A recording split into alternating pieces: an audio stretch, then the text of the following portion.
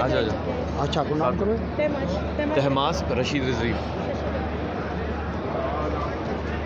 बिस्मिल्लाहिर्रहमानिर्रहीम। नाज़रीन, जैसा कि आपका इल्म है कि यहाँ जो Sindh high court bar association के इलेक्शन हो रहे हैं और इलेक्शन कैंपेन यहाँ चल रही हैं, और ये मारूफ हमारे वकील साहब थे रशीद रिजवी, इनके साहबजादे हमारे साथ मौजूद हैं। हम इनसे मालूम करेंगे।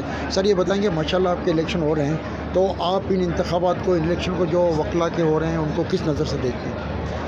सर, ये एक डेमोक्रेसी का एक आपका मेन पिलर है, जो आप देख सकते हैं, जो पूरे मुल्क में ये होता है इलेक्शंस, डेमोक्रेटिक इलेक्शंस। उसी तरीके से हमारे बार में भी ये डेमोक्रेसी है, और आई थिंक मैं इस चीज़ को हमें इंकरेज करना चाहिए कि यहाँ कोई सिलेक्शन नहीं होता है। यहाँ हर कैंडिडेट अपने मेरिट पे इलेक्ट होकर आता है, और यही डेमोक्रेसी का एक चार्म है।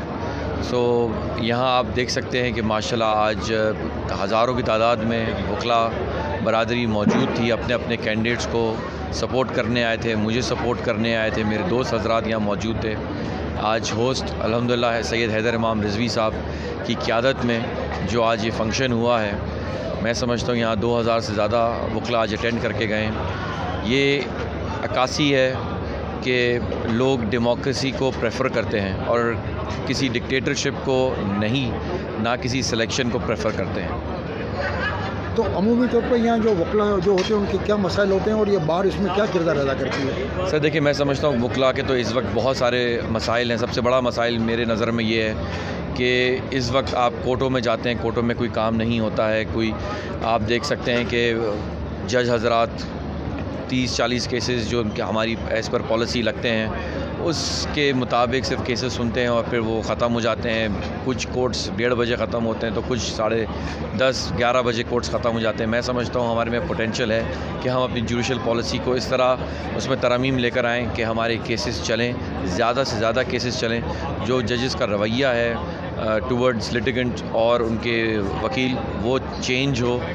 मैं समझता हूँ कि इस वक्त बहुत सख्त ज़रूरत है बार को आइन की बालादस्ती के लिए लड़ने के लिए। आपका अनकरीब इलेक्शन फोकस्ड आ रहा है, और उसके अंदर आप देख सकते हैं कि नेशनल और प्रोविंशियल दोनों इलेक्शंस होने वाले हैं। इसके अंदर आपकी बार का क्या किरदार होगा, क्या रोल होगा, ये भी आपको देखना है। और यही हमारा मैनिफेस्टो है कि अगर हम इंशाल्लाह ताला जीत कर आए, तो हम आइन की बालादस्ती, कानून की बालादस्ती, इंडिपेंडेंस ऑफ जुडिशरी और एक एफिशिएंट जुडिशल सिस्टम के लिए हम काम करेंगे। तो सर, ये मुझे बताएंगे, देखिए आम जो आवाम है, जो इनका वास्ता पड़ता है अदालतों से, तो मैं बिल्कुल आपसे बेबाक उस जवाब की तवक्को रखूँगा कि मुझे बताएं कि ये कहा जाता है कि मतलब है कि अल्लाह जो है वो दुश्मन को भी अस्पतालों से और कोर्ट कचहरी से बचाए। वो क्यों कहा जाता है? सर क्योंकि देखें, बहुत साफ़ सी बात है कि कोर्ट कचहरी में ज़्यादा आजकल काम नहीं हो रहा है, और आपको ये फ्रैंकली चीज़ें हमें as a litigant, as civil society भी उठानी पड़ेंगी कि कोर्टों में जो काम हुआ करता था अब नहीं हो रहा है। और उसकी एक बड़ी वजह यह है कि तहरीक के बाद जो आपकी बार फ्रैक्चर हुई है, जो पॉलिटिकल पार्टीज़ और इस्टेब्लिशमेंट ने आपकी बारों में इन्फिल्ट्रेट किया है, उसकी वजह से आपकी बारें कमज़ोर हो गई हैं। जो बार एक ज़माने में चीफ़ ऑफ आर्मी स्टाफ को मुँह देती थी, आज SHO को नहीं दे सकती है। वो जज हजरात को क्या दुरुस्त करेगी, क्या ठीक करेगी? आपको एक इफ़ेक्टिव स्ट्रॉन्ग बार चाहिए, बार के लीडरान ऐसे चाहिए कि जो आपका जुडिशल सिस्टम बेहतर करे बार काउंसिल के साथ मिला के। सर, हमारे यहाँ अमूमन ये चीज़ें देखी जाती हैं, और हम एज ए मीडिया इसको नोट भी करते हैं कि बाज़ औक़ात आदमी मर जाता है, इसके बाद इसको इंसाफ मिलता है। तो ये चीज़ मतलब हमारे यहाँ है, तो उसको दूर करने का क्या तरीक़ाकार होना चाहिए? सर, कायद-ए-आज़म मोहम्मद अली जिन्ना का इनहेरिटेंस का केस अभी तक पेंडिंग है।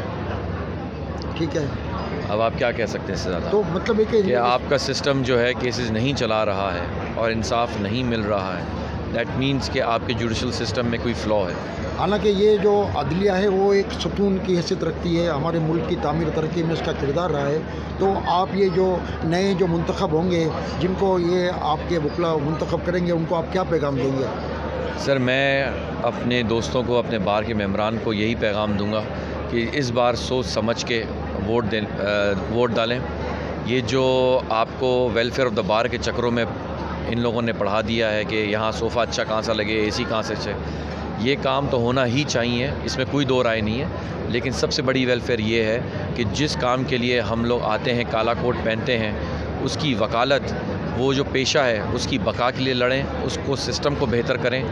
जजों से डरें नहीं, आपको जजों का रवैया बेहतर करना है, आपको जुडिशल सिस्टम बेहतर करना है, जुडिशल पॉलिसी आपको तरमीम लेकर आनी है, उससे आपको चेंज करना है। तो उस शख्स के लिए वोट करें जो इन चीज़ों के लिए खड़ा होता है, जो आपकी इंस्टीट्यूशन को बचाने के लिए खड़ा हो रहा है, सिर्फ आपके बार रूम के सोफ़े और लाइटों के लिए और एसी के लिए नहीं। नाज़रीन, ये तासुरात थे रशीद रिजवी, हमारे यहाँ मारूफ कानूनदान थे, उनके साहबजादे के थे। और जैसे ही हम दूसरे वकला साहबा से भी हम उनके व्यूज़ लेने की कोशिश करेंगे और मेहमान नवाज़ की कोशिश होगी कि जैसे जैसे उनको व्यूज़ मिलेंगे वो आप तक ज़रूर वो हाईलाइट करेगा और आप तक पहुँचाएगा भी। अल्लाह हाफ़िज़।